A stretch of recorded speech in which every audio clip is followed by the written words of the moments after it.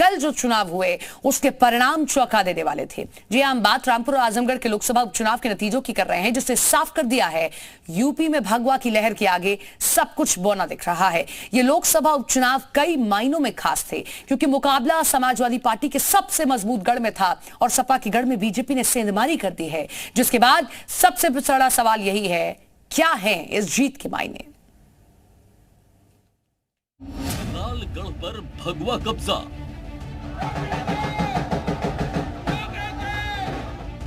सपा की साइकिल क्यों हुई पंक्चर?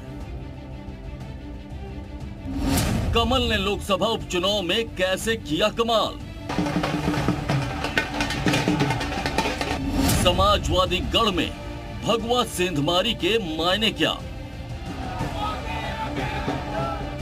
लोकसभा उपचुनाव को लेकर जिस घड़ी का इंतजार था वो आ गई और उपचुनाव के नतीजों से साफ हो गया है कि फिलहाल तो यूपी में बीजेपी की आंधी के आगे टिकना किसी के बूते की बात नहीं है। इस उपचुनाव से ये बात और पुख्ता तौर पर साबित हो चुकी है कि यूपी में जनता के बीच बीजेपी का जनाधार दिन ब दिन मजबूत होता जा रहा है और यही वजह है कि समाजवादी कुनबे के सबसे मजबूत गढ़ रामपुर और आजमगढ़ में भी समाजवादी पार्टी को हार का मुंह देखना पड़ा और यहां पर भगवा लहराकर बीजेपी ने साफ कर दिया है कि 2024 के लिए भी उसकी तैयारी पूरी तरह से मुकम्मल मोड में है। वहीं अब आपको इस उपचुनाव में बीजेपी की जीत के मायने भी समझाते हैं, जिससे आपको इसके बारे में समझने में और आसानी होगी।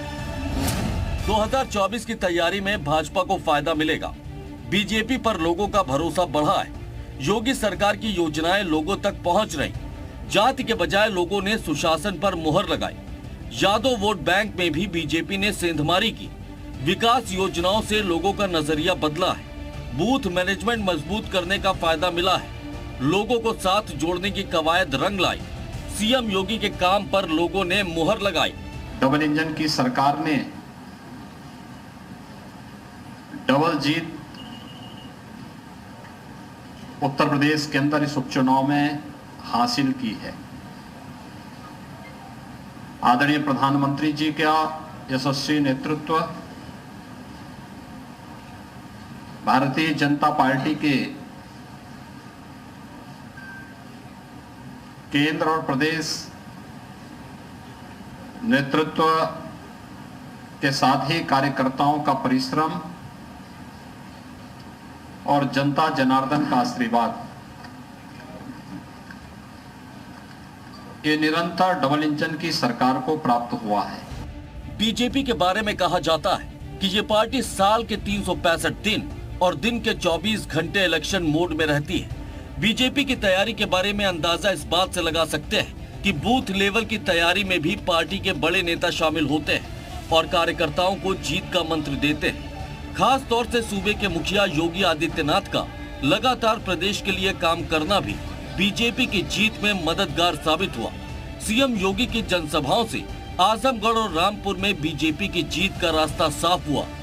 बीजेपी की जीत के मायने तो आप समझ गए होंगे, लेकिन अब आपको ये भी बताते हैं कि इस लोकसभा उपचुनाव में समाजवादी पार्टी के हार के मायने क्या है। दरअसल आजमगढ़ और रामपुर में हार सपा के लिए बड़ा झटका है। 2024 की तैयारी में सपा के लिए चुनौती बढ़ गई। सपा का MY समीकरण सूबे में कमजोर पड़ रहा। यादव वोट बैंक का भी सपा को पूरा फायदा नहीं मिला। मुस्लिम वोट बैंक भी सपा से खिसकता दिख रहा है। OBC वोट बैंक का भरोसा भी सपा पर कम हुआ है।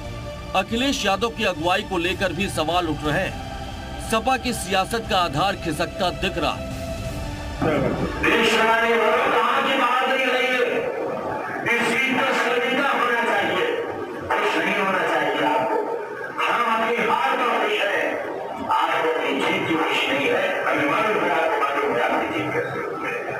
हमारे प्रयासों में अपनी बात को चेहरा नहीं दिख रहा है, सफल नहीं हो रहा है। ठीक है, कोशिश करेंगे 2024 में देखेंगे। भारतीय जनता पार्टी की तरफ से बसपा को आदेश हुआ कि वह मुसलमान लड़ाना है मजबूत, तो फिर गुड्डू जमालू को बुलाया गया ना।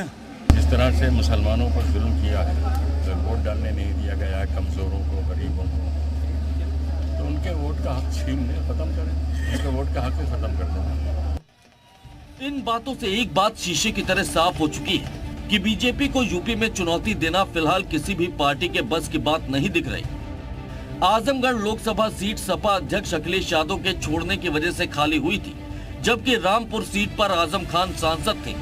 जहां अखिलेश यादव पार्टी के सबसे बड़े नेता हैं, तो वहीं आजम खान के सियासी रसूख से भी हर कोई वाकिफ है। बावजूद इसके लोकसभा चुनाव की इन दोनों सीटों पर समाजवादी पार्टी की हार इस बात का पुख्ता सबूत है कि फिलहाल तो यूपी का जनादेश बीजेपी के ही साथ है। ऐसे में 2024 के लिए जहां सपा की राह मुश्किल दिख रही है, तो वहीं बीजेपी की राह और आसान हो गई है। ब्यूरो रिपोर्ट, जी मीडिया।